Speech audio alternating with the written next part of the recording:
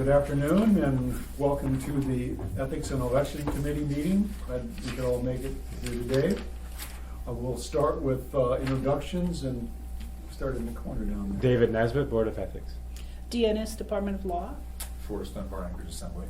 Pete Peterson, Assembly. Amanda Moser, Clerk's Office. Barbara Jones, Clerk's Office. Lisa Slusner, Clerk's Office. David Dunsmore, staff to Mr. Peterson. All right, well, thank you. Well, let's start with the Board of Ethics update. Sure. I will briefly highlight some of the things that we're working on right now. Sometimes I show up and there's one important thing that we're dealing with. We've got a bunch of stuff going on right now that we're working on.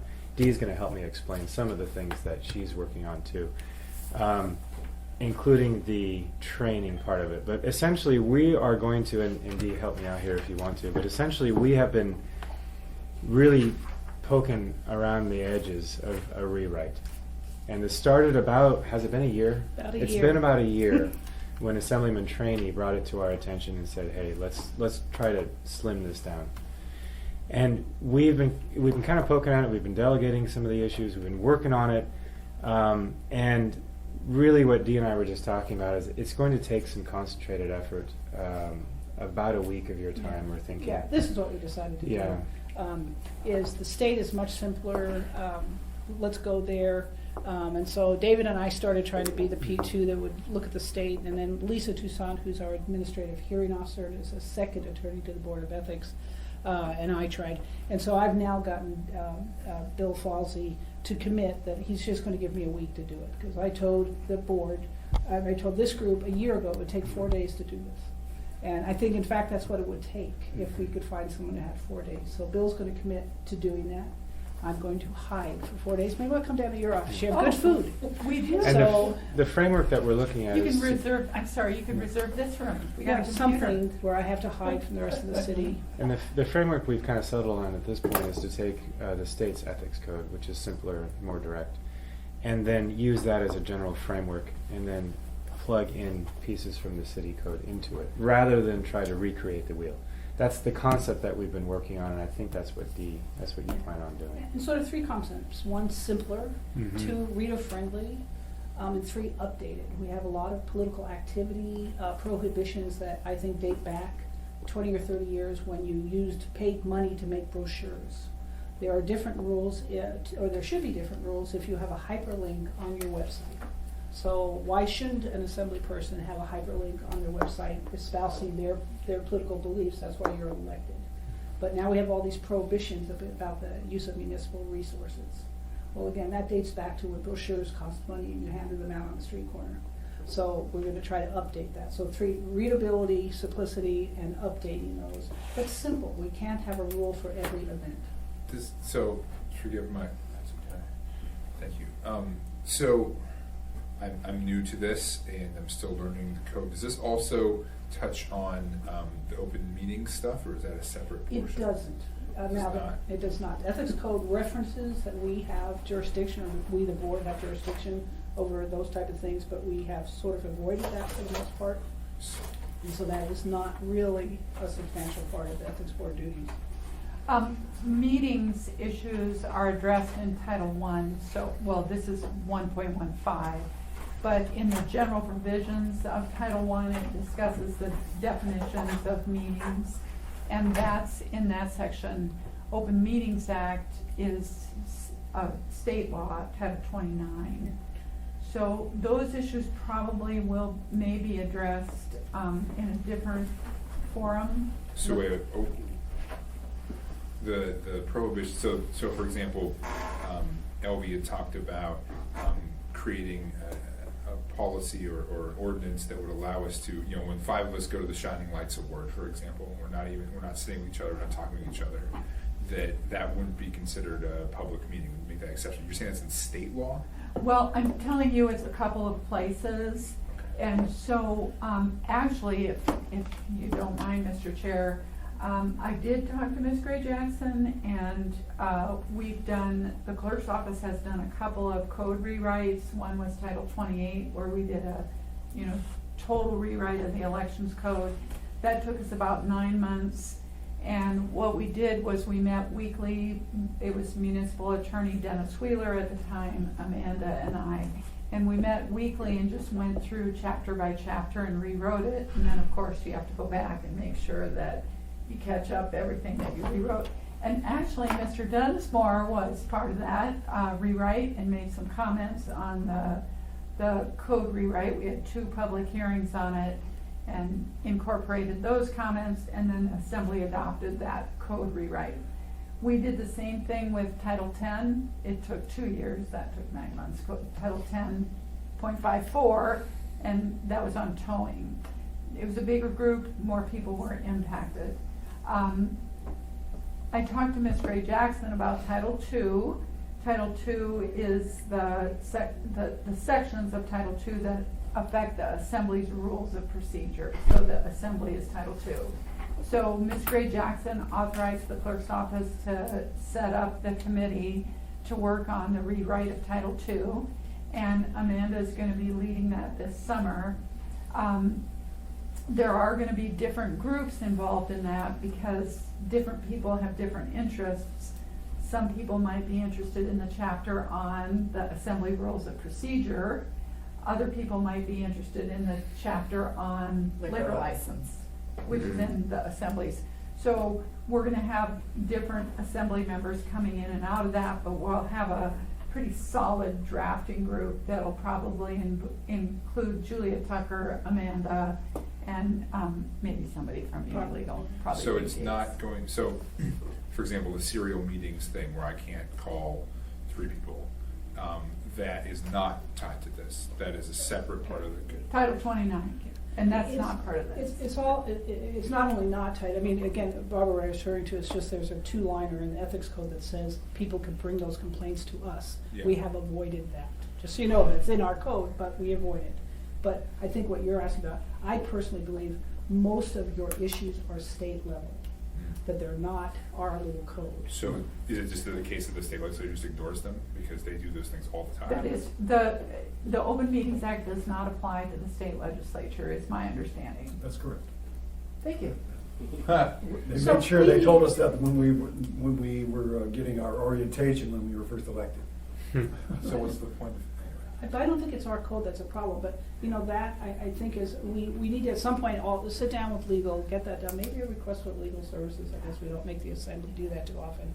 But, For what issue? just the scope of how that whole public meetings things does apply to the Assembly members. Because most of the stuff we're telling people arises from state law, like the serial meetings, that's a state law case. Did you know, I have talked to, sorry to keep going off track here, I've talked to Todd Sherwood about doing, Training.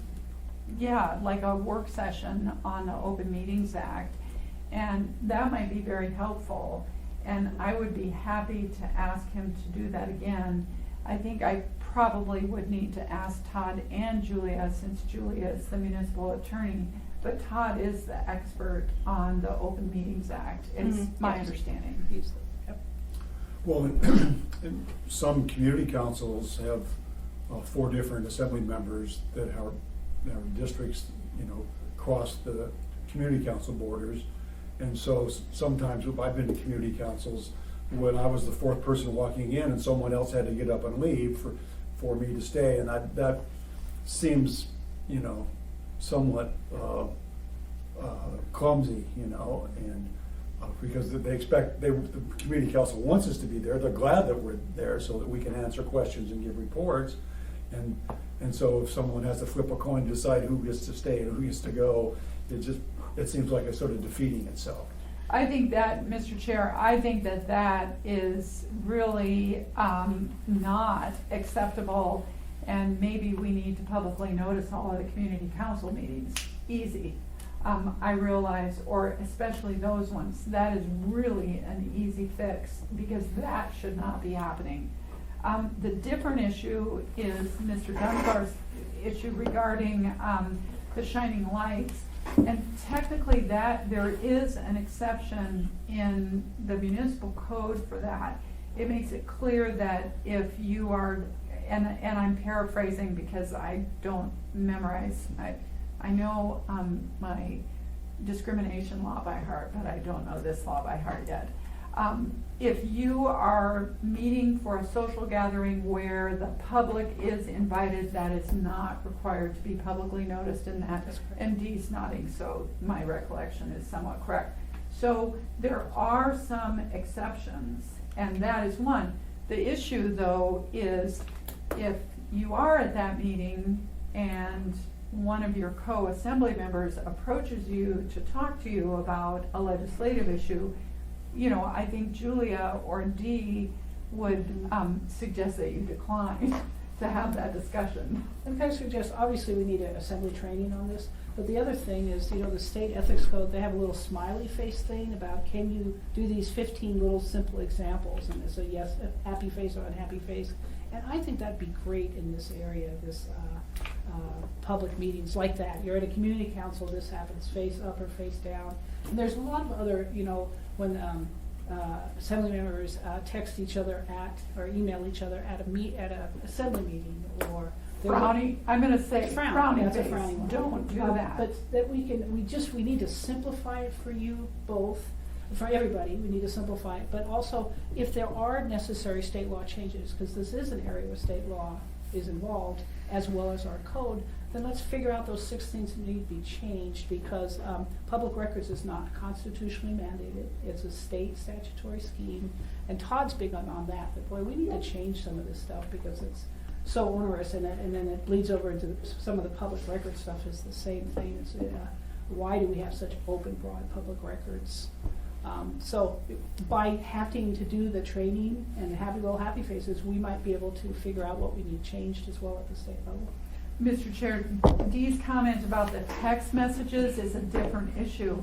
That's a record, so it's not a meeting necessarily, but it's a record, and I don't know if Amanda and Lisa had this issue, but we attend professional clerks development training in the lower 48 for Alaska, Washington, and Oregon clerks. And at my last professional development last summer, the newest thing that's happening in the clerks world down there is public records requests for all text messages sent to and from assembly members during the meeting. And one of the records that was discovered was an assembly member who was texting a woman that he was involved with, who was not his wife, and it was making snarky comments about his other assembly members, and needless to say, he was recalled.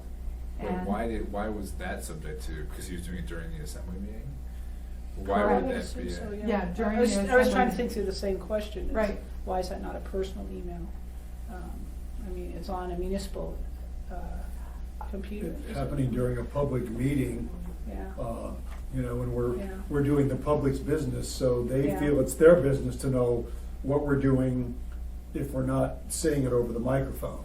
If you're Yeah. doing it on a text message back and forth to one end of the, you know, group to the other, you know, it's sort of, Yeah, we'd there have to could be see some what the sort of reasoning collusion was there. going on, they're Yeah. thinking, Right. you know. So but I just wanted to make sure you know that's a different, it's a record, as Dee said. And so we could do Open Meetings Act and records, because Todd has handled various records Yeah. But requests. I do want to, I think there's an attorney, a legal opinion that says that's a serial meeting violation as well. Oh, the text? Yeah, Text. at the meetings, yeah.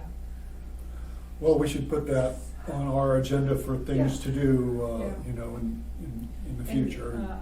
Barbara, Todd's gonna be out on, he's right now doing some trial prep, but then he's gonna be gone for the end of June or something. Let's get together about that, Got it. so So- it might be. What, simplifying, easier to read, updated, I haven't read, I don't have it committed to memory, kind of everything that the ethics code touches upon. What, Believe me, neither do I. what are the sort of the big points that you guys are looking to change? I don't think it's changing. I mean, you Yeah. still have gifts, conflicts of interest, appearance of impropriety, you have the same categories. Julie explained to me that, I'm sorry to interrupt. Go ahead. Julie explained to me the gifts policy, and it also seemed different. The interpretation seemed unusually onerous to me. It was like, like that was how she described it to me. Basically, everything is forbidden except for these narrow exceptions. Are you talking about the one we revised? Yeah, it sounds like it. Because that one was simplified from the earlier. She gave me version. an opinion from a couple years ago or a few years ago, and said, "This is," because I had like somebody bought me lunch, and I was like, "Is that a gift?" And she's like, "Yeah, it's forbidden." Oh, it's Or not. no. I think she said Yeah. that one is maybe that one was okay, but like, The ticket, was it the ticket? oh, the ticket was also so somebody wanted to take me to which fundraiser was it? Damn it, what was it? I know which one you're talking about. Yeah, so the Gottsteins wanted to take me to this fundraiser, and as it happened, I mean, Sam is an old friend of mine, so it wasn't related to my being on the assembly, but I still wanted to ask if, like, could we be taken to a fundraiser? And she was like, oh, also the ACE one, that was another fundraiser, yeah, it was a different one too, like, they were gonna comp a ticket for me to come in, and then we decided, well, actually, because I was auctioning something off, I was like actually kind of working for them, but those are the kind of things that I'm like, it seemed unusual. When Julie described it to me, I was like, that doesn't seem like it would how it should function. That was actually based on an early, the mayoral ball opinion, which everybody Yeah, I've heard about semi that. disagrees with, but. And the code has been rewritten, the gift Since then. statute has, That section was has been post rewritten. since, yeah. One thing, just in summary, Yes. I think what we're trying to do is, the board, I think, has a history of working really hard to issue its opinions and decisions with the spirit of the code in mind, right? And we're trying to accomplish things that are both in the face of an appearance of impropriety. We're trying to avoid that. On the other hand, we're trying to remain cognizant of the practical realities of our small community and there being people and managing conflicts, those kinds of things. The board, I think, works really hard and spends a very significant amount of time making sure that the opinions that we issue or the actions that we take fall within that spirit of the code. What we're finding is that certain sections kind of get in our way, that we have to really work around, that interfere with our ability to get to that point. Yeah. And for example, there are certain sections that bootstrap other sections into those sections that really start to complicate the interpretation. And we will spend sometimes entire meetings, several of them, trying to interpret one section of the code. And we're thinking, if we're spending this much dedicated effort trying to interpret this, how could the public possibly understand how this is supposed to function? Right. That's the problem we're trying to solve as best we can. And part of what Dee was saying in summary too is instead of trying to legislate our way out of every possible factual scenario, what we're trying to do is say, let's have some broad principles that can be easily interpreted, and then even have, we're doing a much better job too of having all of our decisions, advisory opinions posted on the website. Have those included as a kind of as a reference guide for people, kind of like a smiley face in more detail, right? And trying to put it in a way that we can actually work with. That's our goal, and I think we're getting there. But Forrest, you bring up a great example. That we've had like 4 inquiries about that kind of stuff. Or Mhm. if not them, I'm the city's ethics officer, so they come to me, and as I can, I give some back. And Dee filters a lot of these things Filters. from us. So that, and I think that's a policy that needs to be updated. I think the policy should maybe get away from gifted, that's a policy, hey, you elect these people to hobnob. Where can we put, realistic ethics lines? So that may be a great one to change. Yeah, I would say even not just hobnobbing, like charities really want us to attend their Exactly. events. Yeah. They're like, please come here, give it a sense of gravitas, spend some money, Yeah. donate and things like that. You must be popular because they solicit me they want me to buy things, I know I'm and poor. donate. No, but they ask, for instance, APD is asked constantly, can the chief go here? Can some Mhm. officer come to this? Can they get this gift? Can they get Right. this award? And on the other hand, you don't want different groups giving awards to our citizens on our citizens' time for being citizens. That's not sort of a recognized group or something. We do have to be careful about some influence creeping in. Sure. To me, elected officers, unless it looks pretty bad, I mean, you're adults. I mean, I just have to say, why are we, so Well, and I that's can- one that needs to be changed. Doris, maybe. And I can tell you that there are members of the public that do pay attention and are familiar, a little bit familiar with the Serial Meetings Act, because Mr. Dunbar and I were over having coffee at Black Cup here a few weeks ago, And as we walked out, we saw someone that we knew from one of the community councils, and he said, "Hey, is that a legal meeting?" You know, I said, "Yep, there's only two of us." And so, you know, the public has got their eye on us a little bit, you know, because it's not like we're down in Juneau, you know, where we can hide out. We are right here in the city, and we're going about the city doing our daily activities on top of our jobs. So the eyes are on us. Yeah. May I just summarize a couple of other things that the board's been working on, then I can get out of your hair? Could I make one other comment about the ethics code rewrite? The struggle that I've had with the ethics code, and I agree with both what Dee and David are saying, but the loops that I've found are that it has 4 big sections. Right. Prohibited conduct for everybody, additional provisions for prohibited conduct for elected officials, additional provisions for prohibited conduct for municipal employees, and additional provisions for prohibited conduct for the mayor. Mhm. Board and commissions. Boards and and commissions. commissions, okay. And the mayor is. And And the mayors. mayor has his own, but Yeah. in any event, that is where That structure is very cumbersome. I absolutely 100% agree with that. So what's the time frame? Sorry, Pete. Go ahead. What's the time frame on the rewrite, you think? So Well- it'll take you a week, but when is that That's a week good and question. when will we introduce the ordinance? I think we just have to get a date, Mhm. and then once I write it, you and Lisa are supposed to look at it. Yeah. So, why don't we figure out Okay. that date, because it'll take, and so, again, I will probably just commit to like a week in June or July. I'm gonna take Yeah. that time, it'll be done, Mhm. and then you guys review. So maybe we say September 1st. Right by the We fall. wanna avoid the next elections. When are the next Mhm. elections? April. Oh, okay, so we have a little bit of time, so Okay. we could do it early Not that we for want to use it, fall. but let's just say, Well, because then we we'll have shoot for the fall. issues of conflicts of interest, that Right. you're doing this No, because. this happens all, yeah. So- Okay. And I wanted to make sure that everyone saw Mr. Flynn's email. I saw that, and we really appreciate his participation and his ability to help us. And we look forward to working with him very, very much. And I don't know when he's planning on coming on, probably after you've come up with a draft, I Yeah, assume. he and I have talked really Okay, briefly, perfect. and, I mean, so I think probably it's important to come up with a date that we give the rewrite to Mhm. this group, Mhm. and maybe be realistic because of summer schedules, make We it have to be. September. September 1 or. That we, on your September meeting, will have and again, it's not, the idea is it's not gonna be 40 pages Help us long. keep It track should of that. be Well, and 50. then we meet the last week of the month, so maybe the last week of August Sure. at our meeting, we could talk about it here and see if it's ready for prime time. That makes really good sense. So- Yeah, Lisa, help. Mr. Chairman, so this rewrite of the whole code, going for simplicity, will also incidentally probably have some policy changes of the gift policy. Is that right? I think that's well taken. I don't, yeah. And so, the other question is then how can we solicit more areas that people have had trouble with from the assembly? Okay, you elected officials, tell us what things you keep being told you can't do, or, I mean, is there a way to solicit other input? That one I'm very aware of. That's the only one I've encountered. I've Yeah, only been here for yeah. 4 weeks, but immediately it was like, can I go to this event? Can I go to that event? Mhm. And it's like I found this opinion. And again, I'm coming at it from having spent time in Juneau, where it's just like compared to this, it seems like a total free for all. I mean, there's these, yeah.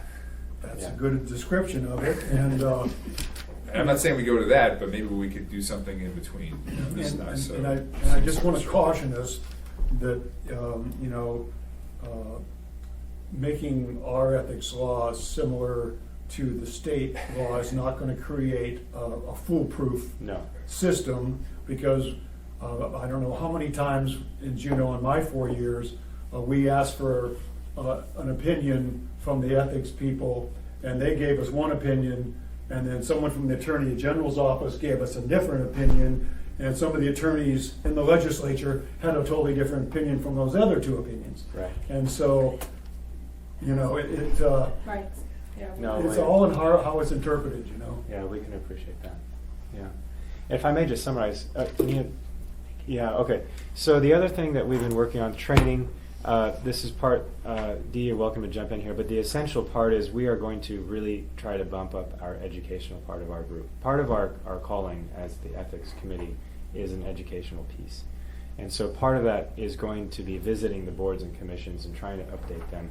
Because a lot of these boards and commissions have people who who are on the boards and commissions who are actually active members in that arena in their private life, Right. which is an advantage to having them on the boards and commissions, but it's an inherent appearance of conflict to the public. And so we're trying to figure out how to educate people so that they can manage those conflicts, so the city can get the benefit of having their expertise without there being the appearance of impropriety to the general public, which is where we typically get our requests from. And can I interrupt? One of the Yeah. things we are doing is, fire department has great videos, interactive. You can give a PowerPoint and then do an interactive video. That we're gonna do that, so ethics code training on concepts, even though ethics code may get trained on the concepts and gifts and then our idea is, because there's 80 boards and commissions and there's 5 ethics board members, this cannot be done, and by the time we get it done, there'll be new people on the board, so is to do an ethics video, and is currently being worked on. Okay. That will go to boards at their first meeting. They'll watch it and then try to maybe group boards for the conflict of interest. So you say, okay, all the land use boards, we're gonna have a meeting for them, all 30, 40 people, because they're gonna have similar land use issues. You know, I'm a developer, I'm a builder, and then have 2 or 3 ethics board people go to that. And the same thing with Health and Human Services. That's probably the only way. So we are doing a video as we speak. So that's, because we just can't go to 80 boards. Yeah. And the real issue is that they need that basic training, but then it's really, they have real life conflicts of interest. Well, what about this, what about that? Well, are you finished? No. Okay. We're busy. All right. I mean to take up your whole meeting. No, No, we have. We're also working currently on 4 advisory opinions that have come to us. They're in various phases of drafting and releasing that information. One is about ready to be released. Several others are currently being drafted. Those are advisory opinions that come from different people for lots of different subjects, including municipal employees working on boards or commissions. There's a nonprofit organization. How does that relate to certain public employees and those kinds of things? We're working on 4 of those right now. We expected those to be released within the next, we're hoping the next 4 to 6 weeks we're going to get those out. There's also we're also drafting a response to a notice of potential violation, and that has to do with a proper disclosure on a commission matter. And so that's also, we're working on that. And then D is also working on 2 questions. We've had questions. D is we see a lot of things. She probably sees 10 times that many that she filters from us and handles herself. And every now and then it's the things that get through her that get to us sometimes that still leaves D in the best position to answer some of these questions, because they're simple, quick answers. Sometimes they're legal, sometimes. So we'll get questions that aren't advisory opinion requests, and they're not notices of potential violation. She's working on a couple of those right now too. so D handles the black and white and sends you all the gray. A lot of times. Hopefully, yeah. That's right. And D is the perfect person, Mr. Dunbar, if you have certain questions that are just quick and easy, or like, hey, can I go to this? D is the first line of question. Is that fair? Well, they comment? go to Julia generally. Oh, Julia. yes, but Okay. Don't hesitate. 'Cause Okay, but Julia and D work closely together, and so we want to make sure we're all on I'm the same quick. page. She's long. Right. Yeah. No, but we're all Yes trying to or be on no? the same page, so we're giving the same. We don't want what's happening in the state where you get 3 different. We want there to be a more unified front so that everybody can act Yeah, within. and Julia and I check with each other. Yeah. Yeah. Except she was one of the drafters of the code. And we bring her into our ethics meetings all the time Julia. for her take on things.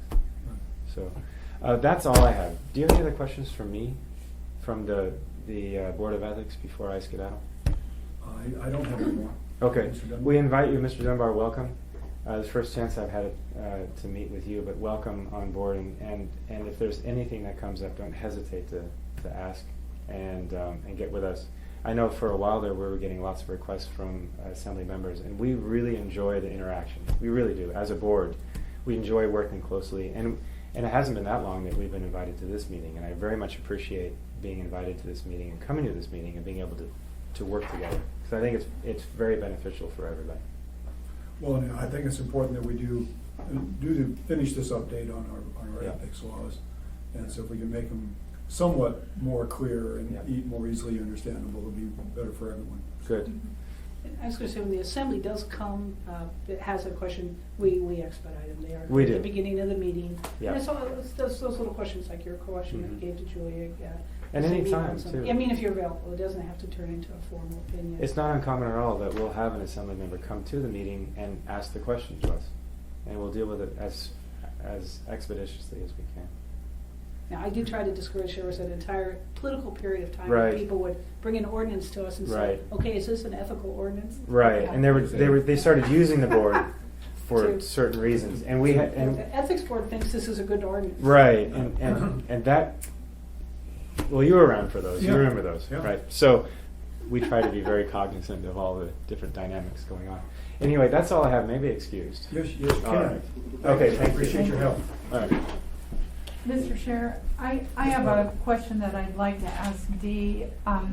Dee, if Mr. Dunbar has an ethics question that he may want to discuss before the board, how do you want him to do that? Does his question go to you and Julia, an email to you and Julia? Or, you know, if it's something he wants to the board, does he go to Lisa? How do you want him to handle that? You know, I think it'd be easier to just email Julia and I, because a lot of times we really can, if it's a simple question, dispose of it very quickly. I look at the board as sort of the reasonable person standard, and so they're helpful there sometimes. But yeah, I would not do a formal request for advisory opinion. If you come to let's say like Amy came to the board about using her title, Assembly Member, Dombrowski, in robocalls. Sometimes we'll convert one of those into an opinion because it's helpful, but it's not necessary. And you can also request that opinions are confidential. Mayor Sullivan came to us all the time because he owned a business downtown, whether there's a conflict of interest with upcoming legislation. So you can do it almost any way, the board is not wed to formality at all. We try to respond to things pretty quickly. And they'll usually talk to you right then and there about orally what they think, what their opinion is. Everybody on that board, with one exception, has been there for years and years. It's really a very intelligent, good group, very well versed, and their mission is education. I think they've only taken an aggressive stance with one person who definitely deserved it. But even that was a recommendation to the administration and to the assembly. Great. So I hope that helps, that if you've got a new resource here. Sure, to- yeah, absolutely. Well, because I'm the municipal ethics officer, so you can either go to your assembly council or to me or to both. Both. And I don't think either one of us are insulted when you pick the other person. In fact, we all have so much work to do that we're never insulted. Julia tends to expound more on the history of things. I'm quick, and if I'm not sure, I'll refer to the board. Or get Julia's longer version. Or both. Yeah. All right, well, let's move on and talk about this ordinance, the recount ordinance that we're probably going to be introducing. Thank Yes, you. can, Dee. Thank you. Thank you, Mr. Chair. The clerk's office worked with the municipal attorney's office, as you can see, this says prepared by the Department of Law, to discuss an amendment to the recount ordinance in Title 28. And the reason that we discussed this is because of the close race in Girdwood, we were, and actually the school board race too, right, Amanda? We were anticipating the possibility of a recount. And the way the code is currently written, the only way to get a recount is for petitioners to request one, and there's a cost of $100 per precinct. And I believe the application it requires 10 citizens, Amanda, is that Yes. correct? So 10 citizens have to sign the recount application, registered voter citizens, and have to pay $100 per precinct. So there's 122 precincts, so a full recount could be quite expensive. In 2012, there was a recount by 10 citizens of 10 precincts. And David Dunsmore was involved with that. At least you were an observer, I believe, at that time. Is that right, in the recount in 2012? No. No, okay, got it. So, one of the things that happened this year is that we understand that because of the Girdwood close race, that a couple of assembly members might have been interested in a recount. And in addition, the clerk's office was interested in a recount. We wanted to make sure that the public understood what we did and why we did what we did, and we're confident of what we did. And so we thought it would be good to be able to order a recount. The code says, currently says, that the public can request a recount 9 days after certification. Well, you certified on April 19th, and 9 days later was about April 30th or so? So this is 9 business days? Actually, it is 9 business days, because in Title I, it says that if it's less than 10, you don't count weekends. So the problem though was by certification, you know, we were done with election administration. Amanda had been working probably about 80 hours a week since January. You know, we had about 40 or 50 temporary employees here in City Hall. They were all released. Most of them were released on the 19th, or before the 19th. The last were released on the 19th. Some of our seasonal workers in the clerk's office were released the week of the 20th. So, and Amanda actually had vacation scheduled on the 9 days afterwards. Huh. So, you know, we're packing stuff up, we borrow equipment from the state, we returned it to the state. Yeah. For us, waiting that 9 days is very problematic in that close race. So Bill Falsey actually talked to the Girdwood folks for us, and we said, we're ready to start it tomorrow, we'll start it this week. And they actually did file the recount on the 19th, and we did the recount on Thursday, the 21st. And I think it might have been official on Friday, or did we finish on Thursday? We finished in 1 day. So I'm sorry, say the timing of that again, this is before or after we certified? You certified on the 19th, and they filed by 5 o'clock on the 19th. We got the folks in, we got the room set up, we did it on Thursday, the 21st. We did it in 1 day, within 2 days of that request. We can't do a recount before the certification? If I may, through the chair, the challenge with that is that there's the potential that we're still receiving ballots up until Oh, I see. certification because of Okay, people, absentees. cast ballots by mail.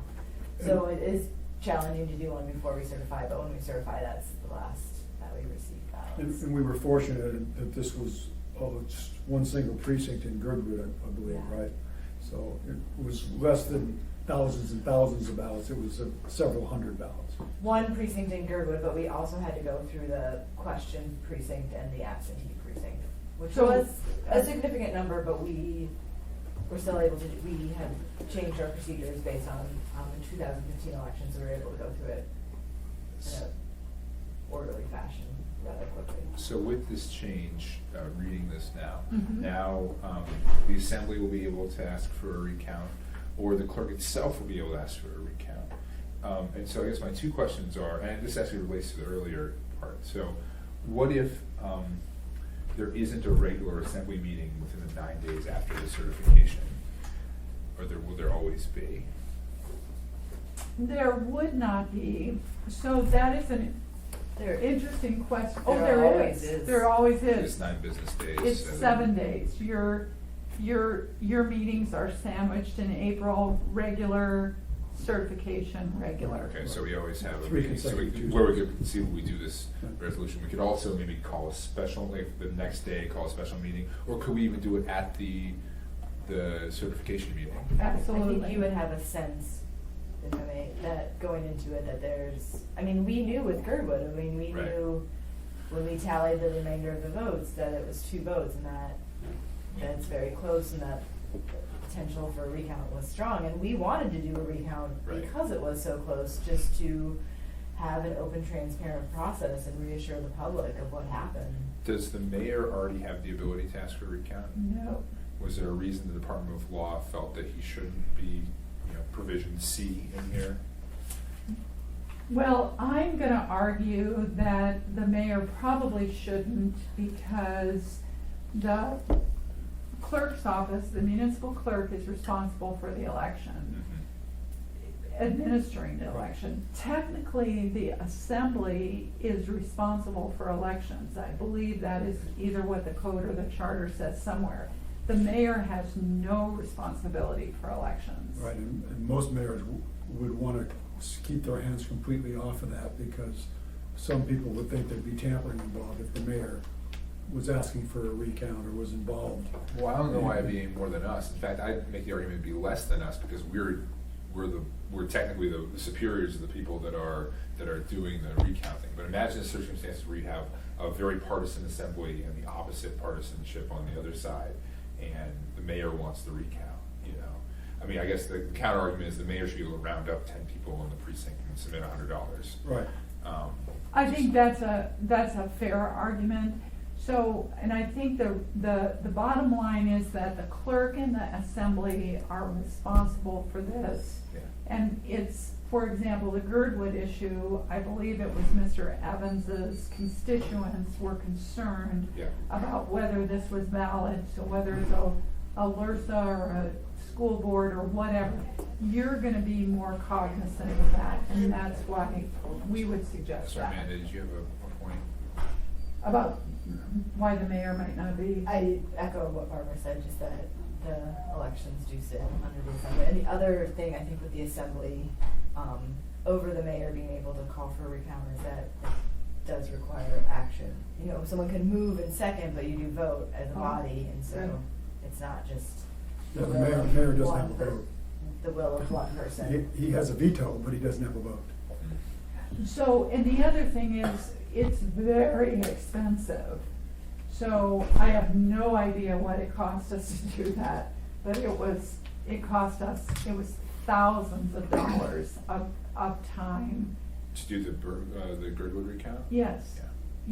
And so we wanna make sure that, and so I guess the answer is that we trust that the assembly is gonna make this decision, because as Chair Peterson said, you're gonna vote on it, or we're gonna make the decision or recommend the decision because we want the process to be transparent. Yeah.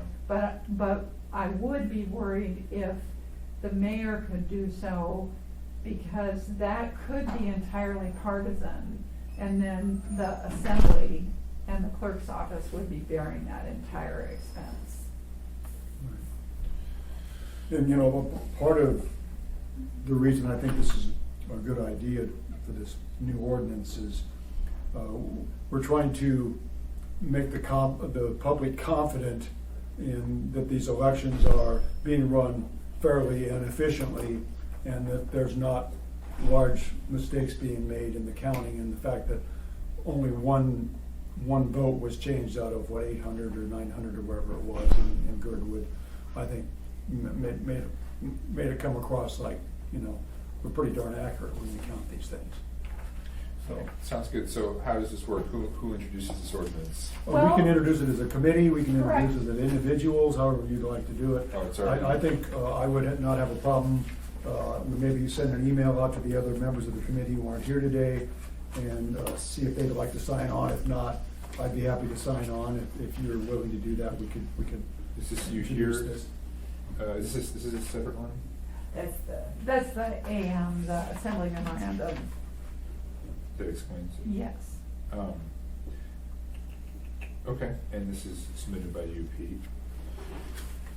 Okay, yeah, I'm willing to sign on and get the committee, if we can, to sign on and put this to the body. So I will follow up with them on that. And, Mr. Dunbar, I just wanted to follow up with one other thing. It's interesting that the Department of Law and I worked on drafting this, and I'm intrigued that neither Mr. Falsey nor Dean Gates, our star code drafter, even proposed the mayor. So I'm sure they may have thought about that particularly since they work for him. Right. So I think we're safe on the Sure. assumption. If it, I mean, I won't bring it up, and if it, for some reason, gets brought up at the assembly meeting, we'll just ask Bill Fawcett. I'd be surprised if it came up, but it might. Mhm. You know, we do have several other attorneys on our group of members. So, let's move on along, and maybe Amanda could give us a short update on what's going on with vote by mail. And I'll just sort of do the highlights. Dennis Wheeler gave a great executive steering committee update, it's maybe 2 weeks ago now, and we have a meeting tomorrow with our municipal stakeholders municipal election stakeholders group, and Dennis will be doing the update there too. So just to sort of do a quick run through on the project status. We have requests for proposals. We'll have 3 of them in total. We have 2 of them that are currently circulating, that have gone up through purchasing and are out circulating, and they are the ballot return envelope signature processing component of vote by mail. And the second one is the ballot processing and tabulation component. The third one is the envelope packaging, so what are the ballots specifically mailed in, and that is really closely tied to the other 2 that are currently out for proposal. So that one will hold until those decisions are made. Second, we've been working on state involvement. We have from the beginning invited members from the State Division of Elections to be on the stakeholders group and have engaged the Division of Elections along the way with our conversations.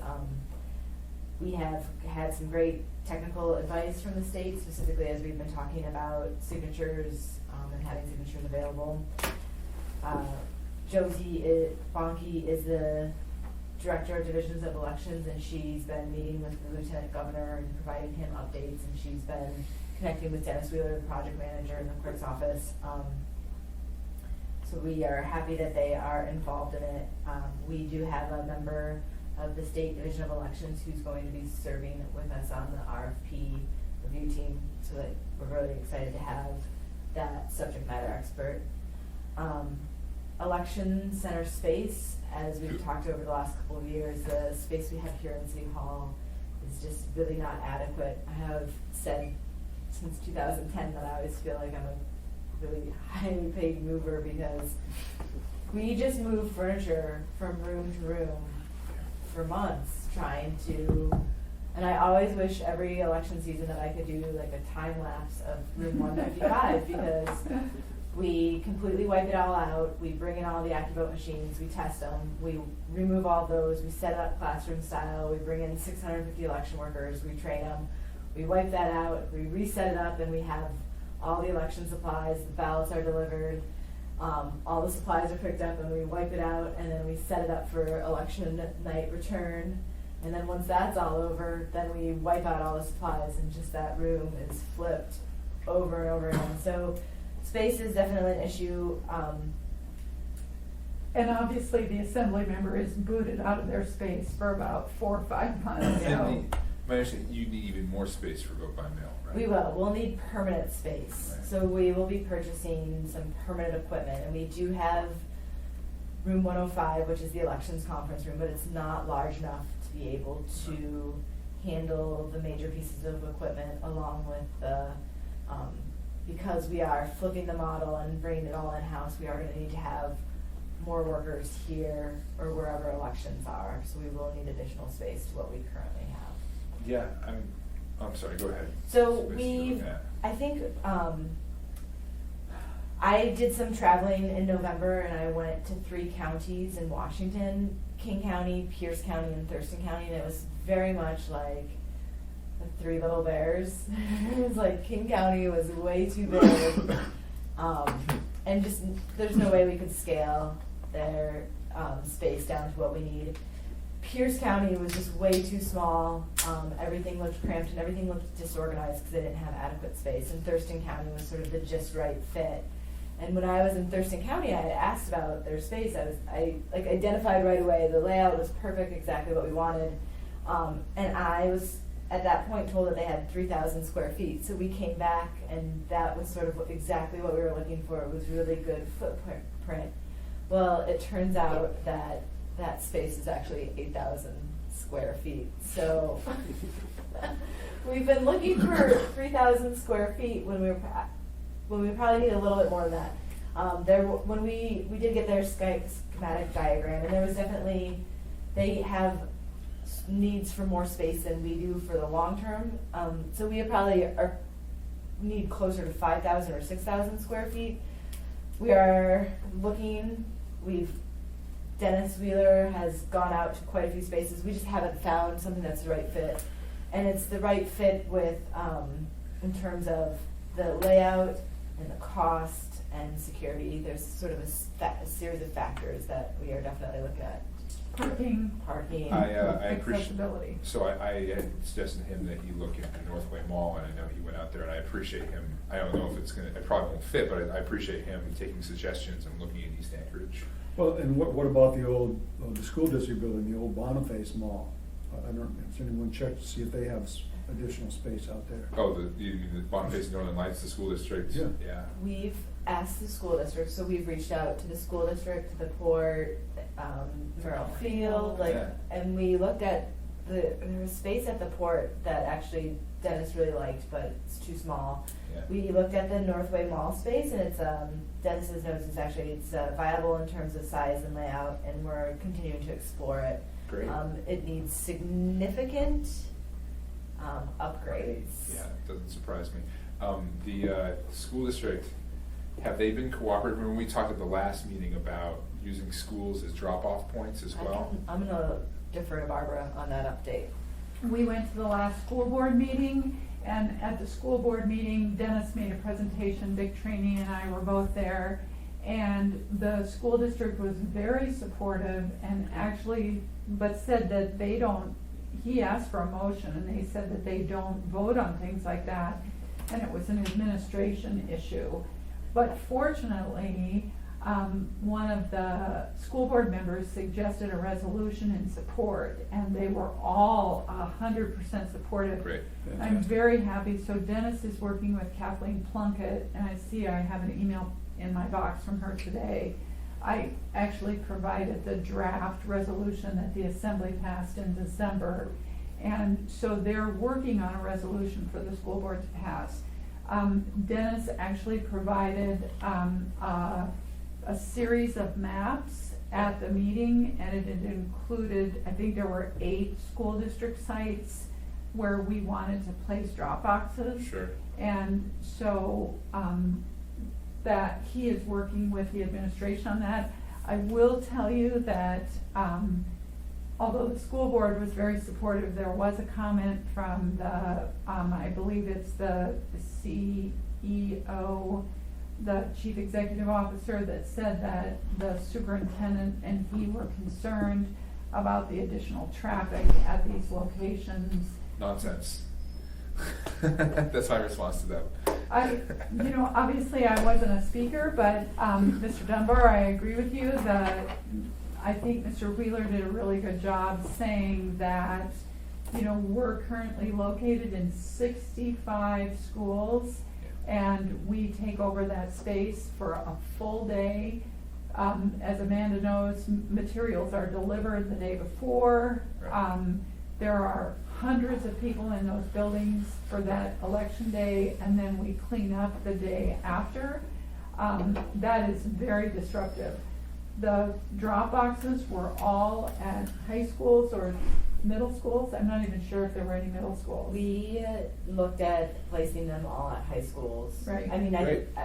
I will say that we met with the school district after the Sandy Hook incident, Mhm. and that's probably one of the most upsetting meetings that I've had to sit through in my life, and it is, when you recognize of opening schools to the public coming in. We're not asking for that, we're asking for the opposite. And that's why, that's what we're saying, like, this is It'd be in the moving parking lot, not away in the building. from 65. Each of those high schools, I mean, look at our voter turnout. Each of those high schools gets more people every day, right, going through those parking lots. More traffic every day than we're talking about here. We agree, and I think that voters are smart. Although a voter might want to drop their ballot off on the way to work, I think that more likely than not, I'm gonna say, let's see West High, kind of busy between 7 and 7:30. I'll do it at 5 o'clock on my way home from work when there's not as much traffic. Right. So I think that it's a good avenue, and we'll get you to come to those meetings if we need you. Well, hopefully I'll eat and it won't be as snippy. But the high schools, I mean, high school is a great idea, except the high schools are a little bit oddly placed in like Begich Middle School would actually make more sense in our district, for example. So, if they're open to it, I think some of the middle schools might So- be well placed as well. Just to give you an idea of what we're looking at in East Anchorage, because they're not all high schools across. In East Anchorage, we've identified Northern Lights, the ASD Education Center. Oh, okay, It's a perfect. great That's- sort of, we really looked at Yeah. main thoroughfares. So we have a selection of high schools and other municipal buildings. Right. Well, and Bartlett would be problematic right now for the next 2 years since we're rebuilding the overpass, so. Bartlett Yeah, will always be problematic. we did not identify, we did have, that is the middle school, it's Clark Middle School. That's in Mountain View. isn't it? on That's the- more. That's on the other side of the highway, that'd Yeah. be fine. That's fine. Yeah, it's, Bartlett is not a viable. Yeah, we didn't identify that as a spot. There's something else I'm gonna ask you about. Oh, yeah, so the space, this is why I texted you the other day or whatever about, the old fire building, that's what I was thinking. Right. Those kind of spaces that we know are coming open. The old Fire Station 3 is, so we're moving out of Fire Station 3. No, they're gonna store a bunch of stuff in there. I was just sort And of. and I don't, it would take a lot, and we'd probably more remodeling than the Northway Mall. Right, right. The reason they're moving out of there is it's a 55 or 60-year-old building, so. Yeah, although I don't know, I mean, it's probably is lower impact than having fire trucks and stuff. So maybe we can go, but I love this creative idea of trying to find a space that we already own, and that's why the school district building or something like that. And I know they think that they own themselves and whatever, but. That has been the first thing that There's we've one tax explored, cut. and we put the most energy into looking at municipal buildings, just first and foremost cost savings, and that we're not signing a lease. Right. You know, we're looking at over $1 a square foot at 8,000 square feet. Yeah. You know, it's gonna be expensive, a lease that's gonna be around, probably 10 grand a month. But is that 10 grand or 10, whatever. But let me tell you, we got so creative, I even told Dennis, what about the basement of the Egan Convention Center? Sure, that's where I took my freaking bar exam. So he looked into it, and the unfortunate thing is that they have some bookings already before April of 2017. But after that, it could potentially be available. But you want a permanent site, right? Right. Now, there's some problems with the Egan because of parking, Sure. and accessibility, and we'd be in the basement. Right. But if it's municipal space and it Yeah. means I'm not paying that rent every month. Well, how about we build a new freestanding Muldoon library and they take the Muldoon library stuff? Boy, I think that would be very popular for the people in the library. I know Mary Jo would be kicking her heels if she found out that we were getting a separate building for the Muldoon Yeah, Library. I just need to build one of those first, but yeah, I just feel like there's gonna be a creative solution here, and I look forward to you guys finding it, and if there's any suggestions that we have, Shipping containers. I would Yeah. tell you that unfortunately, because of marijuana legalization, it's. Oh, the warehouse space is all getting sucked up. That's just a sign of a healthy economy. We're bringing It it out is. of the shadows. So if we would have done this, 5 months ago, we might have been in But a little bit better position. That means there are lots of illegal greenhouses open now. You could go rent out somebody's basement, right? From the old Grove operations. Well, and we might go to the convention center staff and see if they could move some of those conventions they have set up in the basement, or those events in the basement, to a hotel, to the Denina Center, somewhere else, so that we could have that. I mean, I just throwing that idea out there. Are we not gonna, somebody told me once we were gonna knock down the Egan at some point. Is that no longer happening? I've never been told that. Okay. I don't know. I have two other quick updates, and Sure. then I will. So part of the vote by mail, we are going to revise election code. Working draft is in progress. we'll hold off on that until we have our vendors in place, because we might get some suggestions from them. We'll also continue to engage our stakeholders and others as we go through with the revisions to the election code. And maybe this, end of the summer for introduction. I think that is the tentative plan. I know it's in progress, so. What's that? The Elections elections code rewrite. Oh, right. So we already talked a little bit about the ballot drop boxes, got all the notes on it. And then last, we are just continuing with procedures, staffing, and other related, issues. This is going to be a dramatic change from how we currently run elections. We aren't gonna be hiring the 650 election workers, but we are gonna be hiring, some core folks and staff, and so we are just, getting an idea of what's out there, what the best practices, what other jurisdictions are doing. One last suggestion on the space. Have you guys reached out to MLMP at all? Just because I know that they're bringing on a new power plant. I think they're decommissioning some other stuff, right? I mean, maybe this is a dumb idea, but I feel like they're taking some of their old facilities offline to put on the new power plant. Maybe there's space. But they are keeping the old diesel generator on hand for emergencies because Yeah. that, they could always fire that old baby up Right. if we had an earthquake or whatever, and they would at least be able to get power to the downtown area. Yeah, it's true. So We'll probably- still ask. Yeah. We're open to, any idea. We're building them And we built you- them a giant new facility, they built a giant new facility out there, and that implies to me that there might be space in some of their old facilities. And we did consider the railroad, there was something about the old depot or something down there, right? That'd be cool. We had looked at space down there, it wasn't big enough. It wasn't big enough. We really like the space. It had a couple of issues. One, it wasn't big enough, but access was slightly problematic too. It has a, stair or a rail all the way around the building. And then I think we were down here, and so accessibility is through a ramp or stairs over here. And then you have to go all the way around to the building to get there. Now, one of the things that we're looking for is a loading bay. So we need at least one loading bay, Mhm. possibly two. There's another potentially dumb idea. What about the cars that went out of business? Is that way too big? The I cars went out of heard business in something Sears that was Mall. going, I heard rumors of something going in there. Like Bass Pro Shop or Yeah, like- Oh, something really? interesting like that. And outdoorsy Yeah. sort of thing. There you go.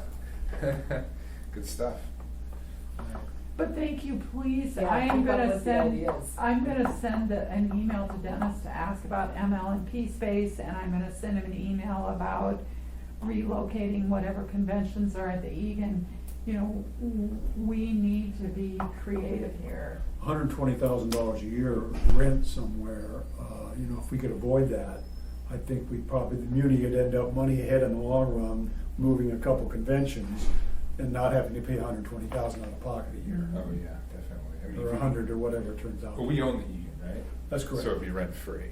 That's what you're looking for. I think we probably would use a few more utilities if we were locating it over there, but that would be, we're gonna have to pay that electric bill no matter where we locate it, so. That's great. Yeah.